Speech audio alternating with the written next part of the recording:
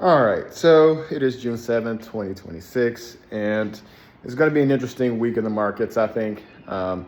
Obviously, as we saw last Friday, a little bit of a bloodbath, but I think for a confluence of factors, I think some of the biggest ones being, a decent jobs report, right? Which I think increased the consensus for rates being held steady and potentially even a, temporary hike, right?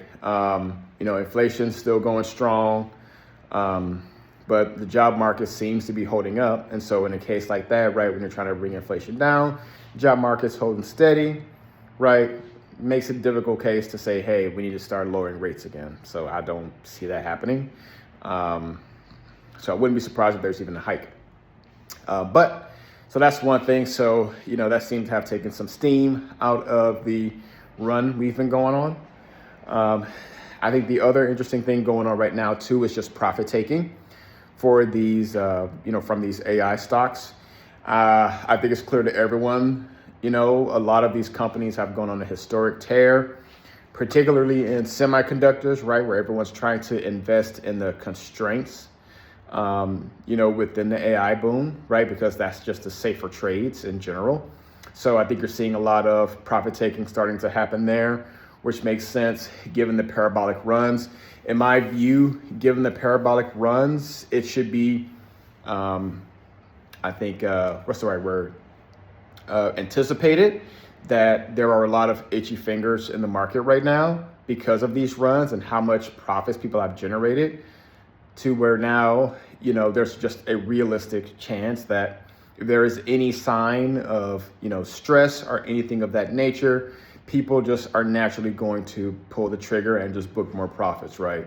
Because, for a lot of people who made insane gains here, and I'm just thinking about just basic human nature, right? When you look at all that green inside your account, you don't just see the number, you see what the number represents, right? That might be like a new car, maybe paying off a car, a down payment on a house, right? That's a big one. That's a big one for a lot of people that invest. And so when you see that money sitting there, right, and it's available, as soon as you click the sell button, it gets very difficult to ignore that number, especially when it goes on a tear, right? So I actually don't think this is the last time we'll see what we saw, on Friday. I think you're going to see more profit taking, to be honest.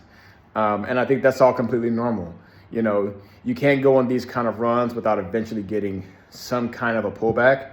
But then I think ultimately, right, when it comes to just the AI boom in general, whether it's, now or sometime in the future, you're eventually going to hit this wall of reality, right? Where it's like, hey, this is kind of where the industry is right now, right? It's not like iRobot time, it's kind of more like, hey, we're still learning about LLMs and, trying to build out the resources we need to fund the future of AI.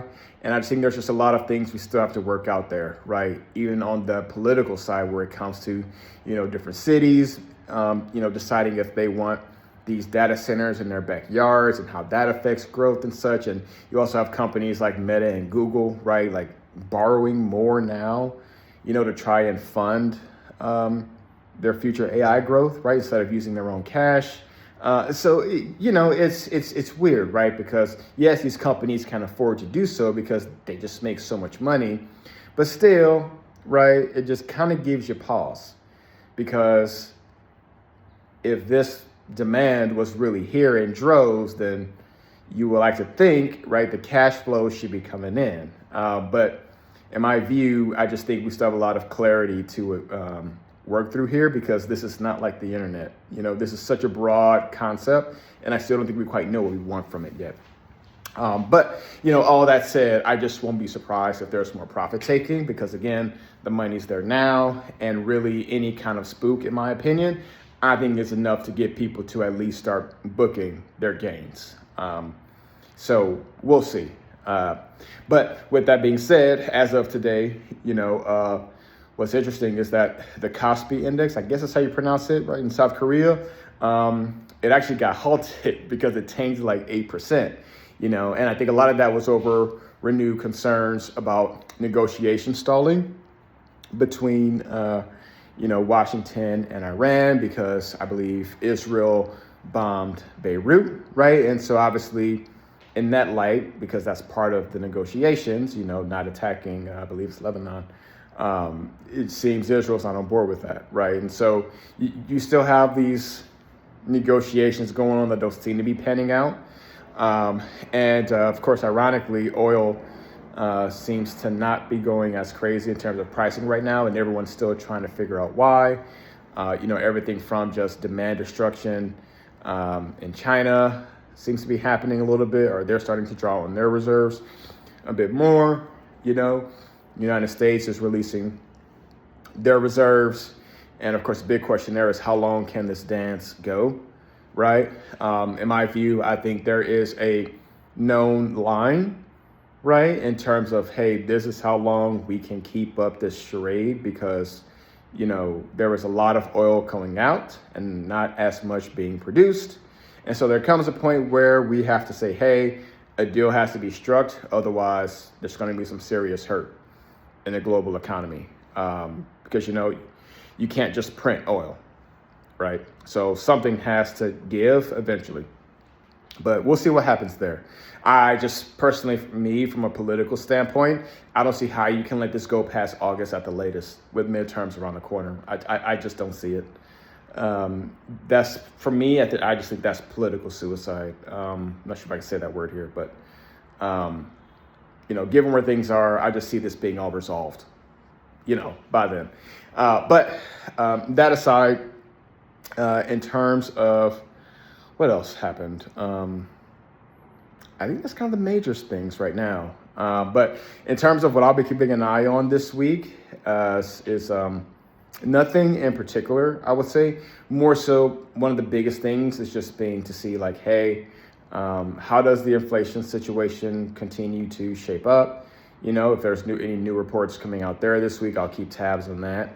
One of the biggest things I guess I would say I'm keeping an eye on is just seeing how the market responds to Friday's sell-off. In the semiconductor space, I think if you start to see a couple more days of red, right, more selling than buying happening, then I wouldn't be surprised if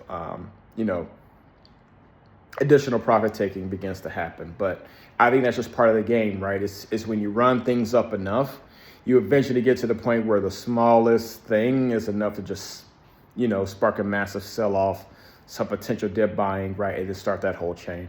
But I think this week there's not going to be any major news or events or anything.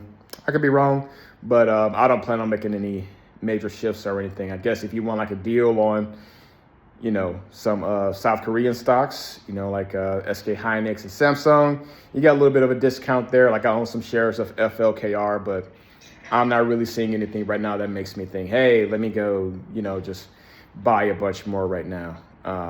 But that could change, so we'll see. Just my thoughts heading into the week. But yeah, let's see what happens. Peace.